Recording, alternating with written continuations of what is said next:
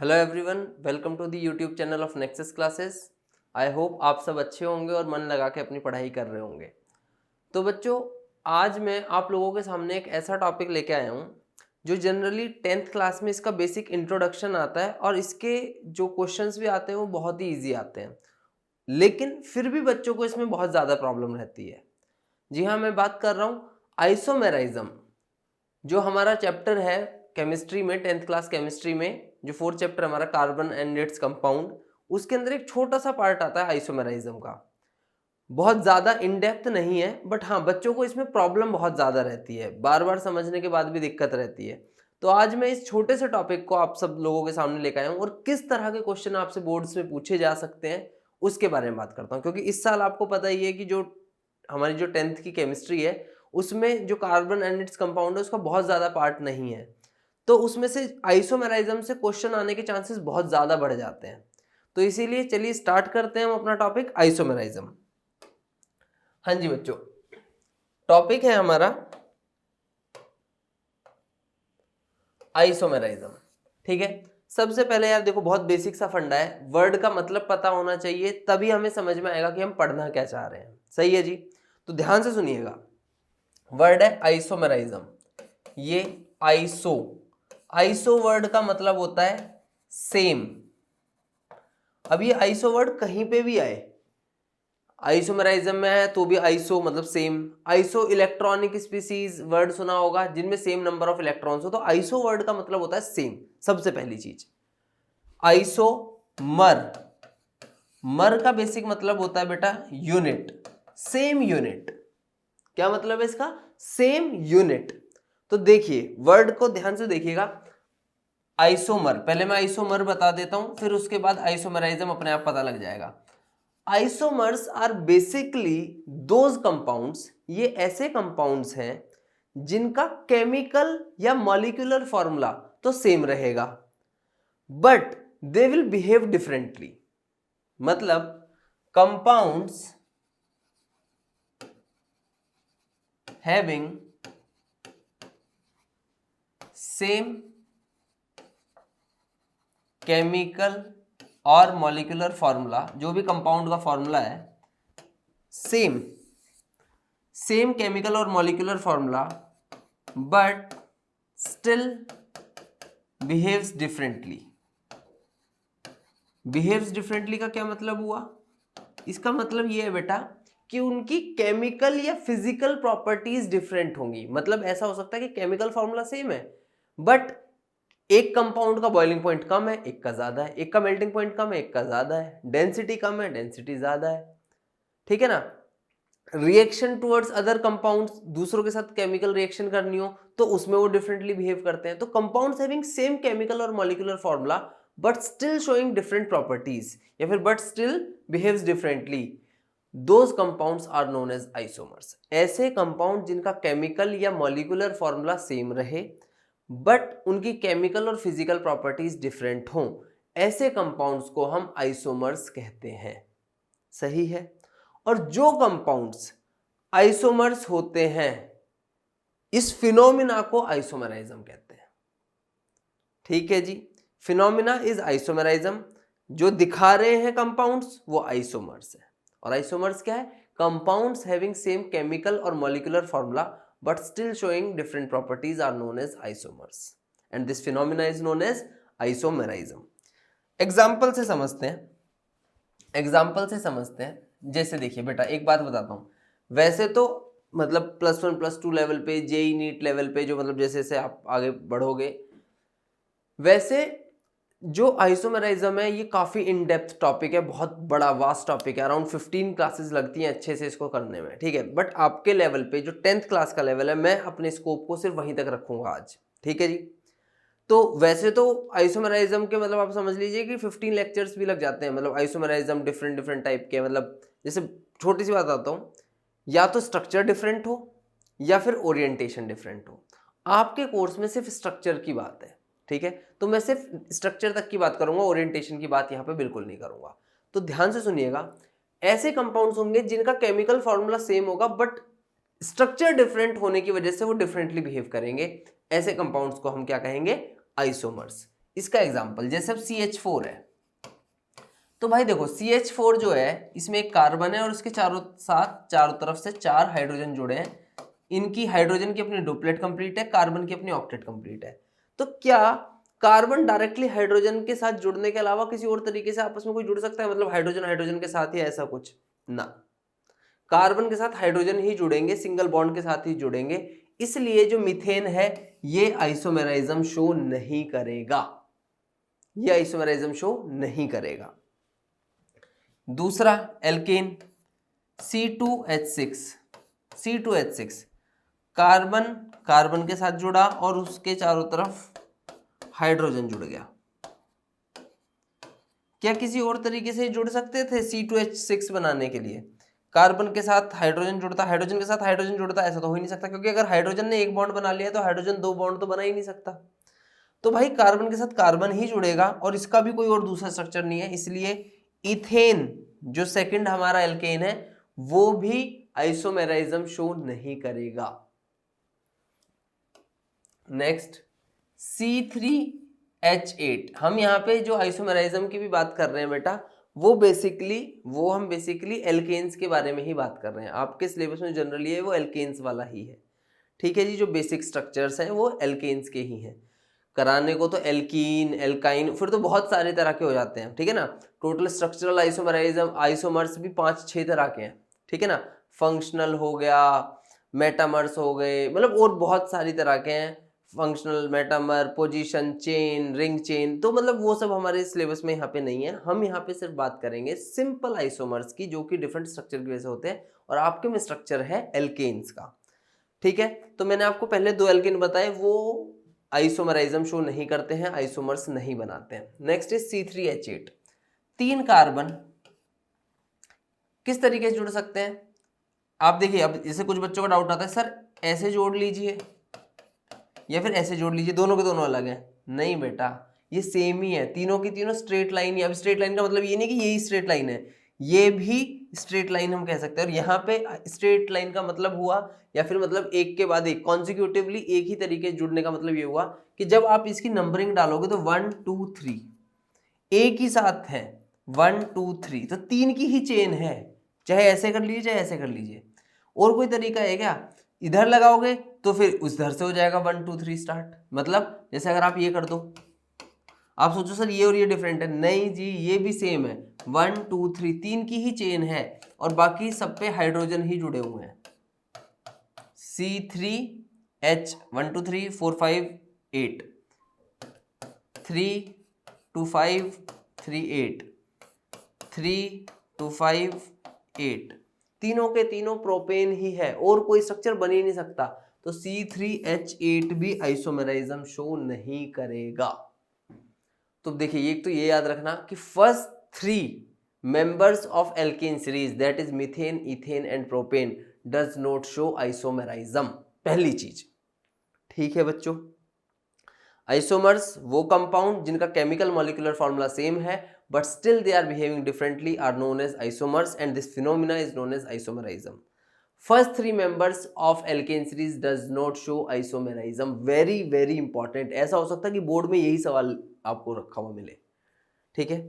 तो सर कौन आइसोमेराइज्म शो करता है? तो अगला देखिए, C4H8 H10, C4H10, that is, अगर नॉर्मल उसमें बोलते हैं तो ब्यूटेन, मतलब 4 कार्बन वाला। वैसे मैं इसे ब्यूटेन नहीं बोल सकता, उन्हें मैं मिथेन, इथेन, प्रोपेन बोल सकता था, इसे मैं ब्यूटेन नहीं बोल सकता, क्योंकि इसमें अलग अलग कंपाउंड बन सकते हैं विद सेम केमिकल फॉर्मूला, और इसीलिए ये दिखाएगा आइसोमेराइज्म। कैसे? जैसे 1 2 3 4, सीधी चेन एकदम, 3 2 5 2 7 और 3 10, C4H10। लेकिन इसी की जगह पे 2 3, देखो 3 में तो यही चांस है, 1 ऐसे लगेगा, 1 के साथ दूसरा कार्बन लगेगा, दूसरे के साथ चाहे इधर लगाओ चाहे इधर लगाओ, 2 ही पोजीशन बनती है, दोनों से सेम चीज बनेगी। लेकिन अब ये जो 4th कार्बन है, ये फर्स्ट और लास्ट की जगह बीच वाले पे अगर मैं लगा दूं, तो अब ये जो कंपाउंड है, this is simple butane, this is 1 2 3, second position पे एक हाइड्रोजन हटके एक कार्बन आ गया है। तो अब ये कंपाउंड जो है, this is not simple butane, this is 2 methyl propane. तो देखिए नाम ही अलग हो गया है, this is butane, this is second number पे CH3 ग्रुप, 2 मिथाइल प्रोपेन। ठीक है जी। तो देखिए, अब देखिए इस कार्बन पे एक हाइड्रोजन और एक कार्बन है, जबकि इस वाले में देखिए इस कार्बन के साथ एक कार्बन, इस कार्बन के साथ 2 कार्बन, इस कार्बन के साथ 2 कार्बन, इस कार्बन के साथ 1 कार्बन। इसमें देखिए इस कार्बन के साथ एक, इसके साथ एक, इसके साथ एक, लेकिन इसके साथ 3 कार्बन। तो देखिए स्ट्रक्चर ही चेंज हो गया। कंपाउंड्स हैविंग सेम केमिकल और molecular formula but having different structures are known as isomers. तो C4H10 के ये 2 आइसोमर्स हैं। देखिए 3 हाइड्रोजन 3 हाइड्रोजन 3 9 और 1 10 C4H10। बट हाँ, अब कोई और तरीका है क्या? देखिए 2 तो ऐसे जुड़ेंगे, तीसरा ऐसे जोड़ लो, चाहे कैसे जोड़ लो, ये जुड़ेगा। अब फोर्थ के जोड़ने का, अगर यहाँ जोड़ा तो ये वाला स्ट्रक्चर, अगर बीच वाले पे जोड़ा तो ये वाला स्ट्रक्चर। तो सिर्फ 2 ही आइसोमर्स हैं C4H10 के, 2 आइसोमर्स। Very very important. ठीक है बच्चों, तो 10th क्लास के बोर्ड में ये C4H10 के आइसोमर्स के स्ट्रक्चर पूछे जा सकते हैं। एंड ये 2 स्ट्रक्चर्स होंगे जिसमें या तो सीधी चेन एक, जिसे ब्यूटेन बोलेंगे, या फिर एक 3 की चेन और उसके बीच वाले कार्बन पे एक ये लगाओ। ठीक है जी, this is very very important. Next C5H12। एक चीज बताता हूं आपके में, पहला क्वेश्चन तो एक बनेगा, व्हाट इज आइसोमेराइज्म। आइसोमेराइज्म से रिलेटेड जो मैं बता रहा हूँ ये बोर्ड के लिए बहुत बहुत इंपॉर्टेंट टॉपिक है, और यहाँ से क्वेश्चन बनने के चांस इस साल तो बहुत ही ज्यादा बढ़ जाते हैं, क्योंकि एक तो आइसोमेराइज्म कट हो गया आपके, आइसोमेराइज्म कह रहा हूँ, IUPAC नेमिंग कट हो गई है, रिएक्शंस कट हो गई है। तो यहाँ पे बचती 2 चीजें हैं, या तो होमोलोगस सीरीज के बारे में वो आपसे पूछ लेगा, या फिर वो आपसे आइसोमेरिज्म के बारे में पूछ लेगा। होमोलोगस सीरीज आपको पता ही होगा, है ना, कि compounds with consecutive numbers, like सिर्फ जिनमें CH2 का डिफरेंस रहता है उन्हें होमोलोगस बोलते हैं दूसरे के, और उस पूरी सीरीज को होमोलोगस सीरीज बोलते हैं। ठीक है ना। तो ऐसे ही वो मैं ऑलरेडी आपको पढ़ा ही चुका हूँ, जो मेरा पूरे कंप्लीट लेक्चर्स हैं उसमें। यहाँ पे आइसोमेराइज्म जो है, आइसोमेराइज्म के मैं बेसिक एग्जांपल्स और जो आइसोमेराइज्म से क्वेश्चन आना है वो बता रहा हूँ। आइसोमेराइज्म क्या होता है? Phenomena in which compounds having same chemical formula but having different structures are known as isomers and this phenomena is known as isomerism। सही है, पहला क्वेश्चन 1 नंबर का ये बन सकता है। फिर वो पूछ सकता है कि पहले 3 जो हमारे एल्केन्स हैं वो आइसोमेरिज्म क्यों नहीं शो करते? तो आप बोलोगे बिकॉज वो एक दूसरे के साथ सिर्फ एक ही तरह से कनेक्ट हो सकते हैं। जैसे फर्स्ट है तो उसमें तो कनेक्शन में कोई डिफरेंस नहीं आ सकता। जो सेकंड है इथेन, उसमें भी कार्बन कार्बन डायरेक्टली अटैच होंगे, उसके अलावा कोई स्ट्रक्चर नहीं हो सकता। थर्ड में भी सेम ही है, सिर्फ एक ही स्ट्रक्चर बन सकता है, प्रोपेन। तो आप बोलोगे because they have only one type of structure. समझ में आती है बात? They have only one type of structure. C4H10 मैंने जो पिछला बताया है उसके 2 आइसोमर्स हैं, उनके बारे में पूछ सकता है कि draw the structure of 2 isomers of C4H10, पिछला हो गया। या फिर C5H12, इसके आगे जो C6H14 है वहां तक वो नहीं जाएगा, क्योंकि उसके फिर काफी स्ट्रक्चर्स बन जाएंगे और उसमें फिर बच्चा कंफ्यूज हो जाएगा। ठीक है, तो ये 2 ऐसे हैं जिनके स्ट्रक्चर आपको आने चाहिए, पहले 3 आइसोमेरिज्म शो नहीं करते हैं। ये सिंपल स्ट्रेट बात है। सही है। C5H12 तो देखिए एक तो क्या है, सीधी चेन 4 5 3 2 5 2 7 2 9 और 3 12। C5H12 एक तो स्ट्रेट चेन, सिंपल पेंटेन इसे पढ़ेंगे, एन पेंटेन कह लीजिए या फिर पेंटेन कह लीजिए। सही है बेटा, फर्स्ट आइसोमर। सेकंड देखिए, पहले सबसे पहले आप चलेंगे सिंपल स्ट्रेट चेन से, एक के बाद एक जोड़ना। दूसरी 4 मेंबर की चेन।